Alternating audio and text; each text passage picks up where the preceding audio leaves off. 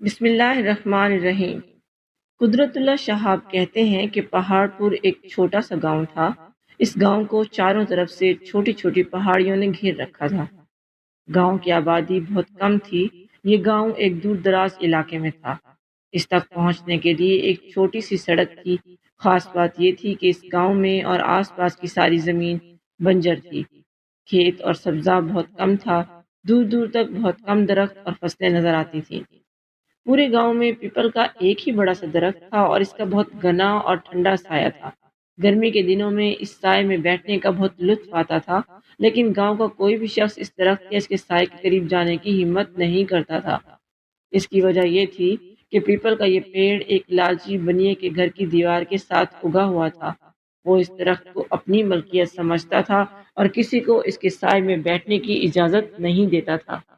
گاؤں کا دھوبی ہفتے میں 7 دن بنیے کے گھر سے گندے کپڑے لے کر جاتا اور انہیں دھو سکھا کر چند دن بعد واپس لے آتا۔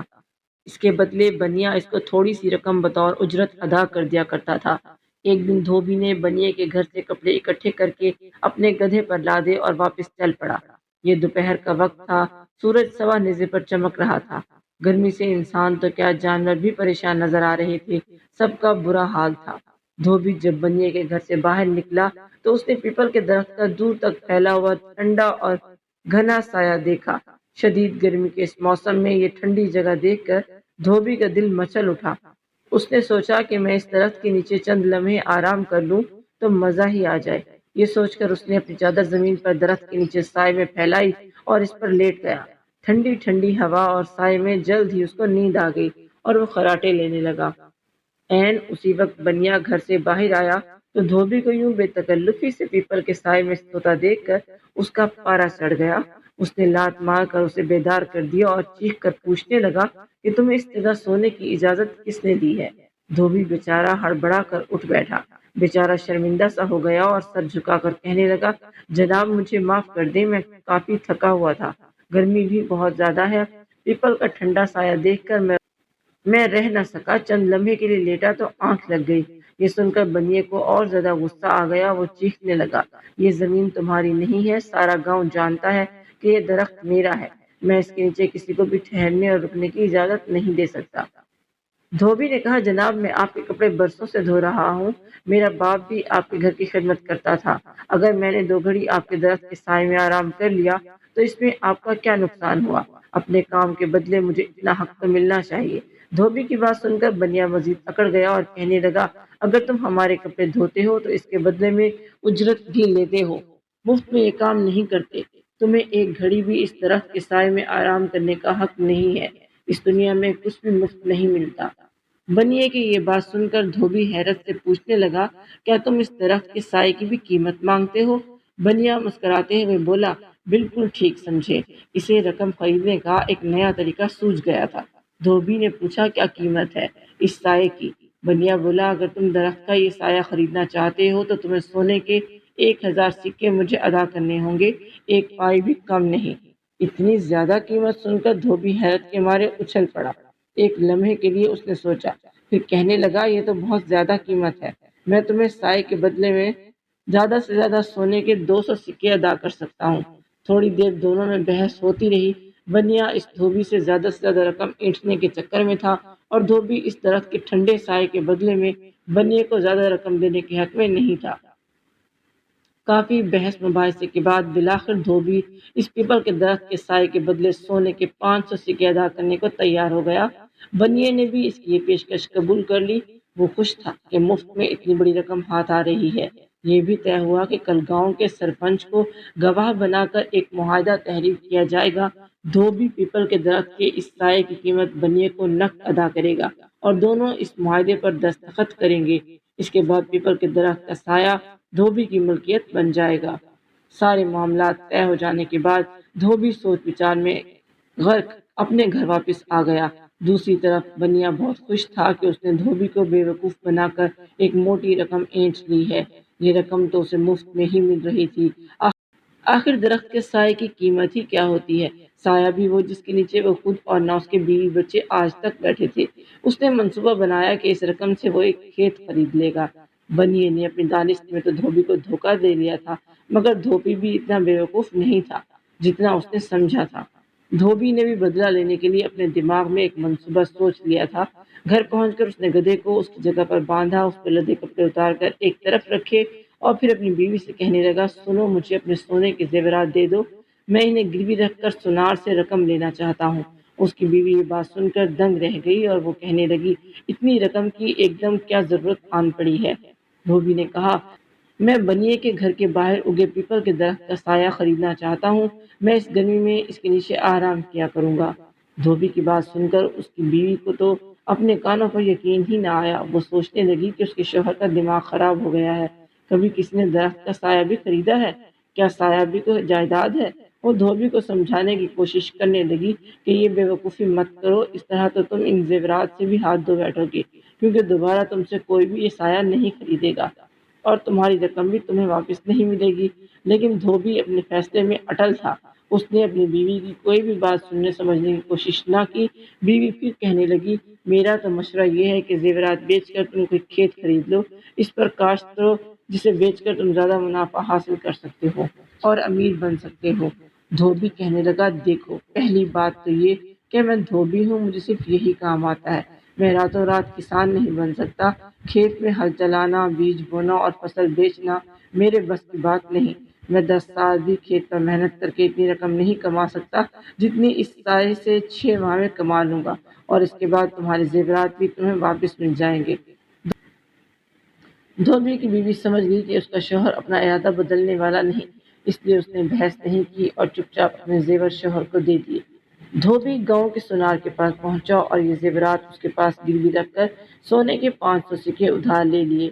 دوسرے دن مقررہ وقت پر وہ سونے کے سکوں سے بھری ہوئی تھیلی لے کر معاہدے پر دستخط کرنے سرپنچ کے پاس پہنچ گیا۔ بنیا پہلے ہی وہاں موجود تھا۔ گاؤں کے اور بھی بہت سے لوگ وہاں موجود تھے۔ وہ اس عجیب و غریب معاہدے پر حیران تھے۔ گاؤں میں ہر طرف یہ خبر پھیل چکی تھی کہ دھوبی نے پیپل کے درخت کا سایہ بنیے سے خرید لیا ہے۔ بنیے نے معاہدہ پہلے ہی تحریر کر رکھا تھا۔ اس میں تحریر تھا کہ بنیا اپنے پیپل کا سایہ سونے کے 500 سکوں کے عوض دھوبی کو فروخت کرتا ہے۔ دونوں میں جو بھی فریق اس معاہدے کو ختم کرنے کی کوشش کرے گا، دوسرے فریق کو سونے کے 1000 سکے جرمانے کے طور پر ادا کرے گا۔ اس معاہدے پر بنیے نے دستخط کر دیے، لیکن دھوبی ان پڑھ تھا، اس لیے اس نے اپنے بائیں ہاتھ کے انگوٹھے کا نشان لگایا۔ سرپنچ نے گواہ کے طور پر دستخط لیے۔ وہاں موجود سارے لوگ اس معاہدے کے گواہ بنے۔ دھوبی نے سائے کی قیمت بنیے کے حوالے کر دی۔ وہاں موجود ہر شخص یہ مان رہا تھا کہ بنیا بہت چالاک ہے، اس نے سادہ لوگوں دھوبی کو لوٹ لیا ہے، کیونکہ یہ آج تک کسی نے نہ سنا نہ دیکھا کہ ایک درخت کا سایہ بھی فروخت ہوتا ہے۔ اب دھوبی کا معمول بن گیا کہ وہ 2 دن تک درخت کے نیچے چارپائی بچھا کر سویا رہتا۔ وہ گدھے کی رسی بھی اپنی چارپائی کے ساتھ باندھ لیتا۔ یہ گدھا وقت بے وقت گلا پھاڑ کر چلانا شروع کر دیتا۔ کئی دفعہ ایسا ہوا کہ ادھر بنیا آرام کرنے کے لیے لیٹا، یہ اپنے گھر میں بیوی بچوں سے کوئی اہم بات شروع کی، ادھر گدھے نے اپنی بےسری غزل شروع کر دی۔ اور یہ نہ کہ صرف دن بلکہ رات کو بھی گدھے کا یہی معمول بن گیا۔ اس سے بنیے کو بہت زیادہ کوفت اور کراہت ہونے لگی تھی۔ گدھے کا یہ شور شرابہ بنیے کے لیے بہت درد سر تھا۔ سورج کی گردش کے ساتھ ساتھ جو سایہ اپنی جگہ تبدیل کرتا ہے، جو سایہ اپنی جگہ تبدیل کرتا ہے، دھوبی اپنی چارپائی اس کے ساتھ ساتھ گھسیٹتا رہتا۔ بعض اوقات تو بنیے کے گھر کی دیوار کے بالکل ساتھ جا کر بیٹھ جاتا۔ بنیا اپنے گھر میں بھی کوئی بات اونچی آواز میں کرنے سے ڈرتا تھا کہ کہیں دیوار کے ساتھ بیٹھا دھوبی سن ہی نہ لے۔ اس کے علاوہ دھوبی گاؤں کے دوسرے لوگوں اور بچوں کو بھی پاس بلا لیتا اور سب وہاں بیٹھ کر باتیں اور ہنسی مذاق کرتے رہتے۔ بچے بھی شور شرابہ کرنے میں کسی سے پیچھے نہ رہتے، وہاں پر اکثر اور اونچے اونچے کہکے لگاتے۔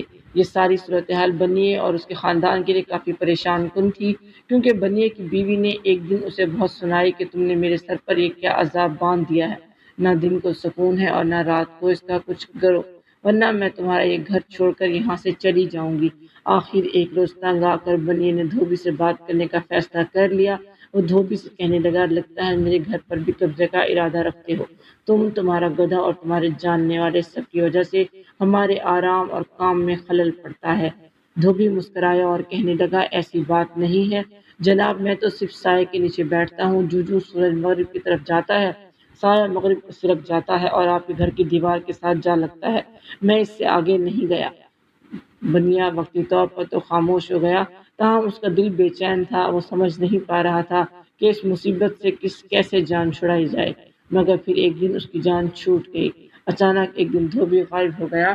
وہ کئی دن تک گاؤں میں بھی کسی کو نظر نہ آیا۔ اس کی بیوی کو بھی علم نہ تھا کہ وہ کہاں گیا ہے۔ جب کافی دن تک دھوبی نظر نہ آیا تو بنیے کو حیرت ہوئی۔ اگرچہ ظاہری طور پر اس نے لوگوں کے سامنے اپنی تشویش کا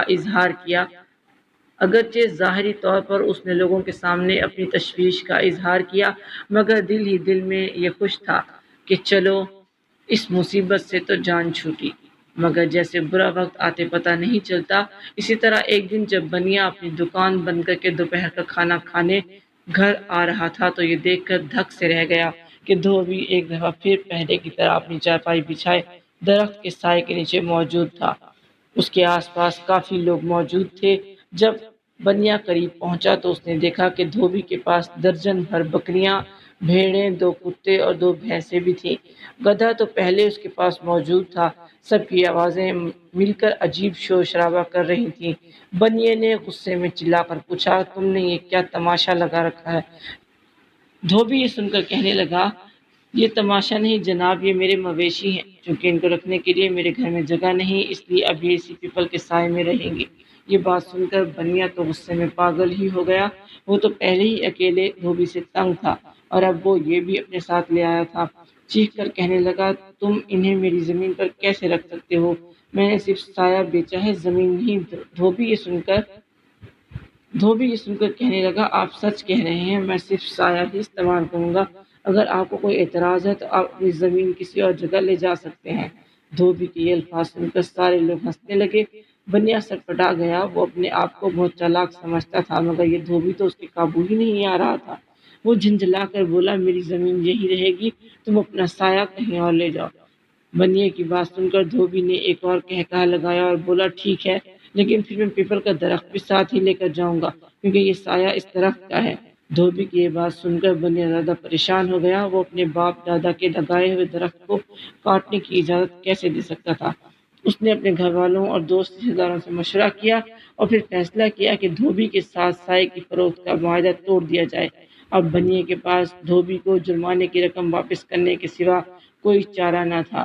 دوسرے ہی دن پریشان بیٹے نے دھوبی کے ساتھ معاہدہ ختم کیا اور جرمانے کے طور پر سونے کے 1000 سکے دھوبی کو ادا کر کے اس سے جان چھڑوانے۔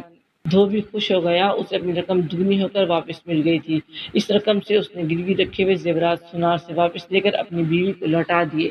اس کی بیوی بھی خوش ہو گئی۔